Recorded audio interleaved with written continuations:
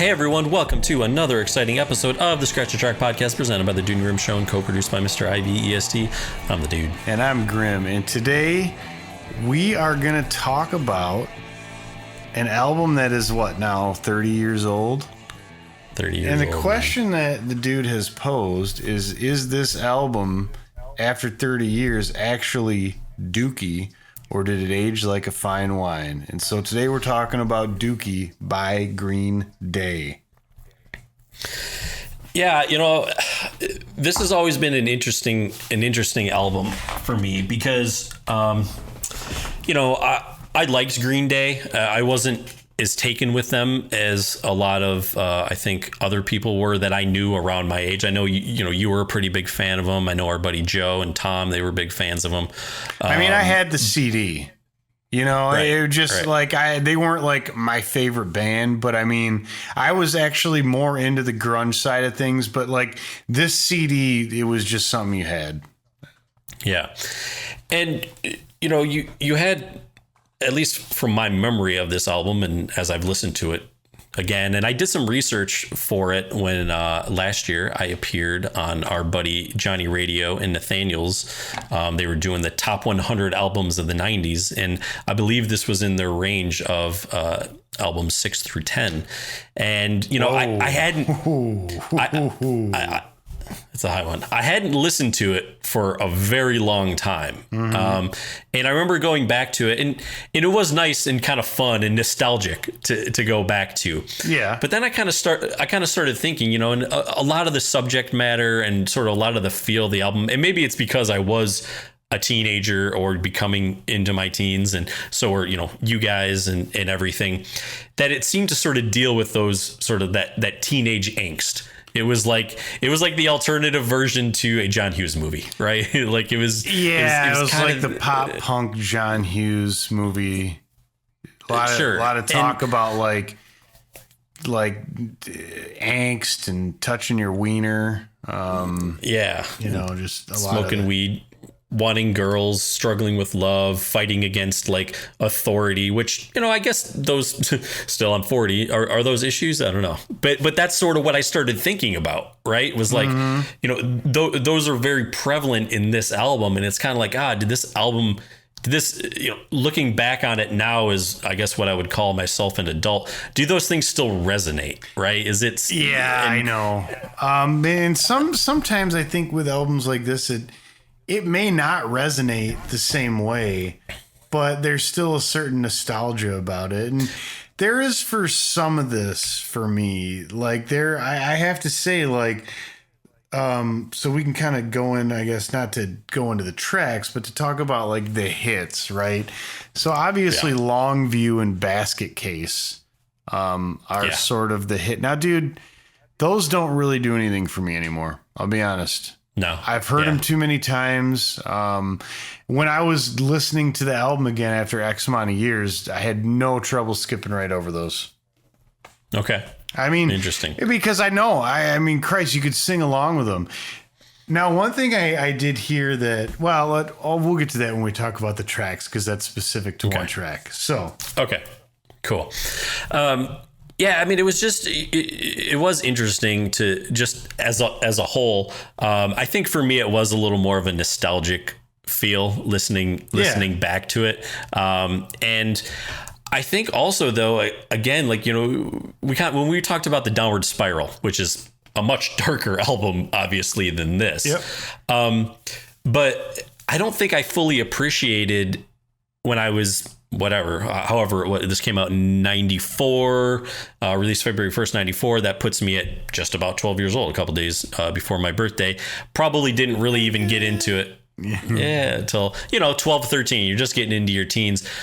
A lot of the things that he was singing about and stuff, I don't think I even fully understood what a lot of it meant.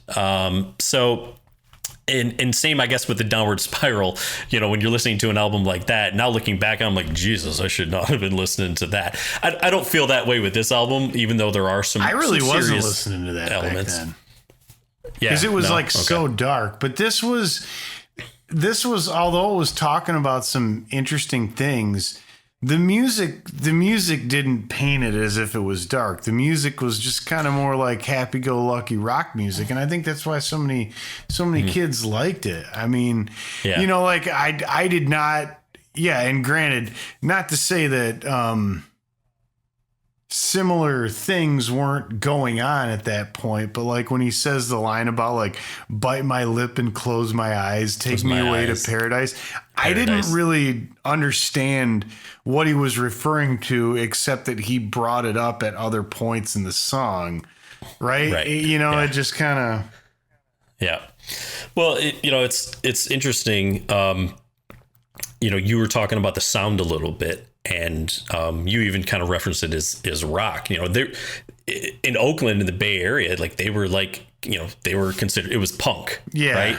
Yeah. And this is the album though where they signed with a major label and they got a bunch of backlash from that. And I think a lot of people even kind of even said like, oh, it's more just like, it's more rock. It's not as punkish and stuff. Agreed. And doesn't have that. And dude, there's a lot of songs on here that I'm like, man, this is so poppy. Like all the transitions and changes. I know. But it's cool, man. But I can see if you're just like this major, person who's into punk, like this is not really what you want, what you want to hear. Well, dude, like I listen, and it's funny because you got a different, or not, I mean, the royal you, but it's like there's a different lens that exists of how you listen to music now versus then. And to me, that's both in lyric, like what the lyrics mean, but it's actually, it's how it's produced, which I didn't pay as much attention to then, because I'm not really in tune with that. Now, when I listen to this, yeah, sure, you can tell that it's rooted in punk, but it is produced like other stuff at this time.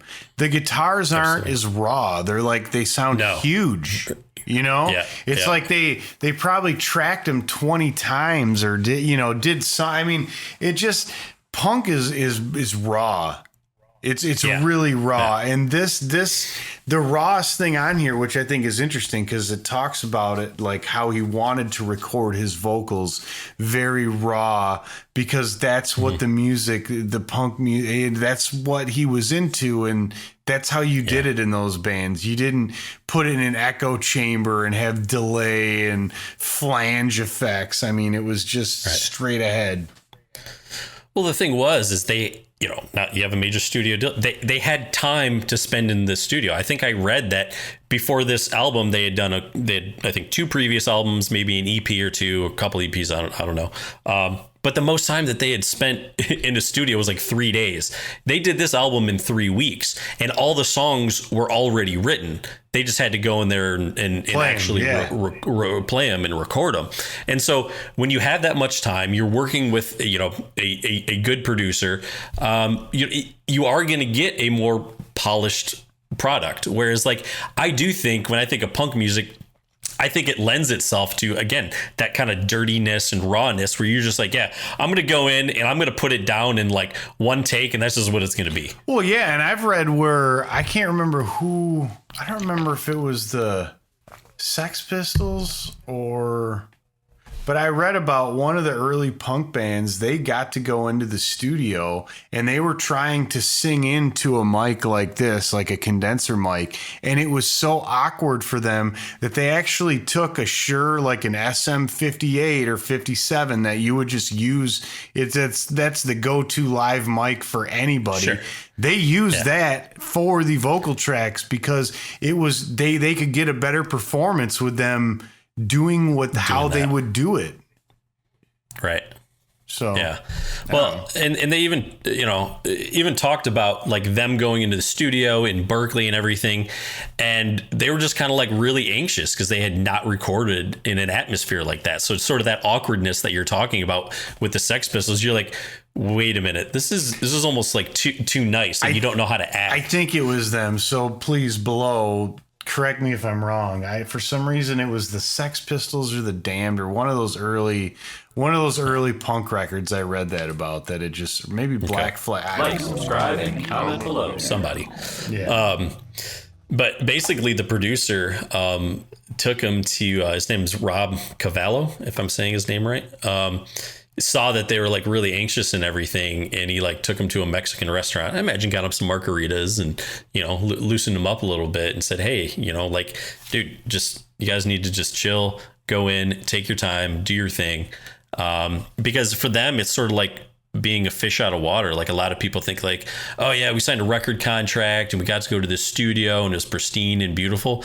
Not that you don't want that, but it's kind of like, dude, it's kind of like if you've never put on a suit before or a tuxedo and you get invited to like a black tie event, right? Or something like that. It's like, dude, you don't know how to act. And I think that's probably sort of what they had going on. And they were sort of worried that, I think Billy Joe Armstrong even said like they were worried that they would lose money on all this work being scrapped because they would record it and it wouldn't meet the label's standards. Yeah. And so I think they're a little nervous with that. So, well, it's funny because you brought up this being their first major label debut, and I looked at their earlier work was done by Lookout Records. Yeah. Lookout Records also did Operation Ivy's only album. Oh, and that's about that's punk. I mean, that's ska punk. It's like the real deal. And to listen to that record and listen to Dookie sounds so much more grunge like in its production than sure. It's like Nevermind versus In Utero kind of. Absolutely, man. Very big difference. Absolutely, definitely. Well, I found it interesting. Like the, even one thing about Dookie is, dude, it's just the cover is so classic. Like it's just it's so unbelievably recognizable. But one thing I didn't know about it, because I also wasn't really living in the Bay Area at that time, but it is like the East Bay. Like that's what like it's supposed to be and everything. And they have like a couple of things in there that are very specific to the East Bay. Like I think there's, God, what did they say? There's, I don't know, there's like a couple characters or people that they have in it who are like one guy who was like a photographer or something in the East Bay. He would always go to the punk shows and take pictures, and you can like, it's almost like a Where's Waldo. I think you can like find him in there or something. That's cool. Yeah. And so they did a lot of things to sort of like, sort of homages. Right. Mm-hmm. But dude, I found this interesting. So when it was the first week it was released, it sold 9,000 copies, which didn't exactly set the world on fire, but it was released February 1st of 2014 of 1994, dude. But that's also the same day. That's when they released Longview. So typically you're going to release a single. Oh, yeah. Get a little hype going. Yeah. So it's like, of course it didn't do great, but then eventually like it did, man. And all four of those singles were like huge hits, and you would hear them on the radio and stuff. And that really propelled the album. I think they said it reached up to like number 2 on the Billboard 200. Oh, like wow. That's pretty awesome for this kind of like little punk band from, the East Bay to have done that. But it's weird, man, when, bands and their fans, like the bands get this backlash sort of for becoming popular or, getting a record deal or something like that, because it sort of rubs me the wrong way. I know a lot of people think that, hey, it's them selling out, but it's kind of like, no, we're just like a band.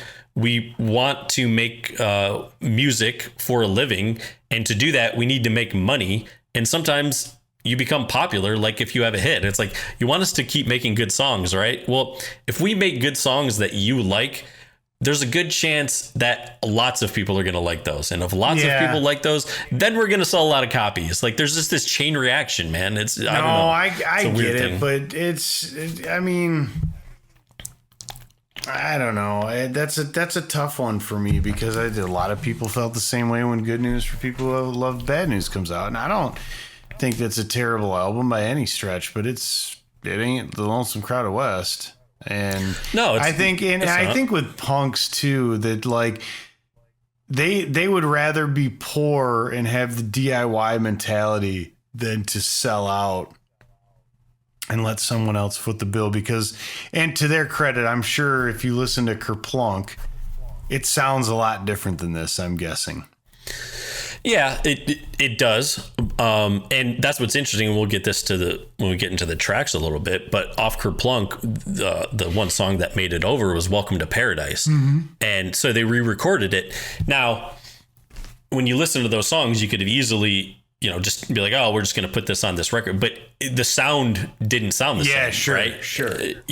Now is that? Let me ask you though. I mean, is that? Is Green Day making a conscious decision? Well, hey, we're going to make this sound as polished and pretty as can be so we can send it out and, become popular. I mean, a lot of people do want that. It's weird. I feel like, the fans may not want them to be successful, but I think the majority of bands do want to be successful to a certain point. Yeah. Nirvana pushed back after Nirvana was huge. Then they pushed back against it and were like, we don't, they had a hard time dealing, which I imagine, there's a lot of good, but there's a lot of stresses and things that come with it that not everybody thinks about. Yeah. And that's probably a game that people have been playing and fighting against for a long time. I guess for me, where it gets interesting is, I mean, at the time, not knowing any better, you'd think, wow, this sounds kind of like punkish. Like, I don't understand what the problem is.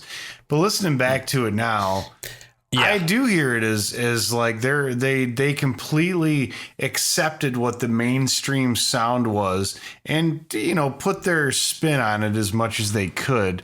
But like, dude, they never went back. To me, they only got more sellout and more. And like, I wouldn't even consider listening to basically anything after Insomniac.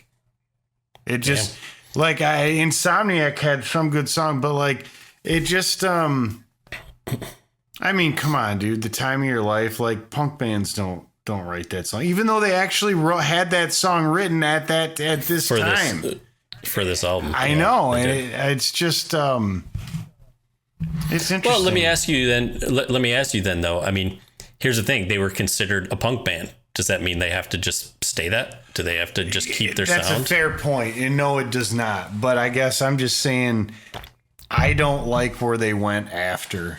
To me, it was not interesting. It was, and everyone's like, oh, and they really paved the way with this punk pop sound and influence bands like like Blink 182, which I'm like, who gives a shit about that? Like, no offense. To me, the bands that they really influenced in the sound that they started, I don't like anything that came out of it. And like, no disrespect. I know a lot of people do, and that's cool, but it's just not my thing. Yeah. Yeah. No, I'm with you there. A lot of those bands, like, and I think it's weird. I think I maybe never, I liked some of the songs on this album. I never fully identified with it. And I'm not sure if it was like the other people that I knew that were kind of into it. I don't know if I really liked their sort of kind of the look and the attitude and everything. It was just, that's not what I was listening to sort of at the time. It was very different. Still, some of the songs are very catchy. And, again, it's fun to listen back to, but I don't know if, it's just hard to listen to it now because I think, my ears and everything have changed a lot. So from a nostalgic perspective, it's cool. Well, I'm into it, but I don't know if I identify with it. No, deeply. I agree. But put it like this, you're someone who buys music now, as people should, because there was a lot of work that went into it, and it's not an entitlement as many people would like to think. Yeah. Dude, I just like this one. I've seen it plenty of times at the record store. I've seen a lot of stuff from the 90s. At no point was I compelled like, dude, I'm picking up Dookie today.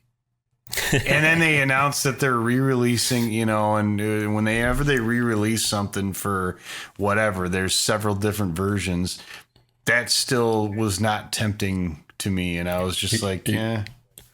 You're not going to get the $180 version with all the demos and extra discs and stuff? No, just don't care. I mean, no offense. I don't know. I actually picked up the 30th anniversary version the other day. Did you really? I did order it.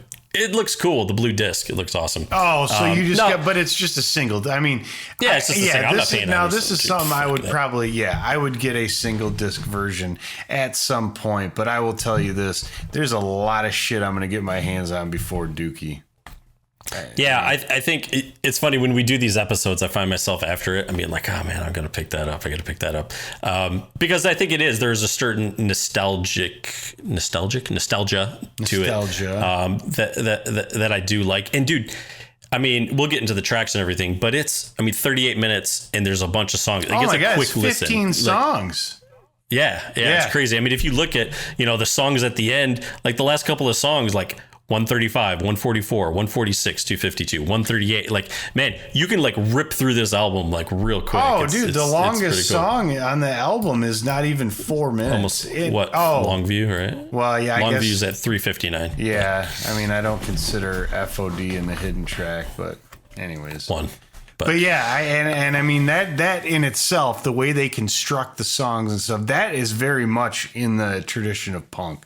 Real short songs, they come at you hard, and absolutely come at you hard. Well, Graham, I think we should get into the tracks right now. So I think we should move on to section B of this episode. So hang tight for another couple of days, and you'll hear what we have to say about the tracks. And I know you can't wait.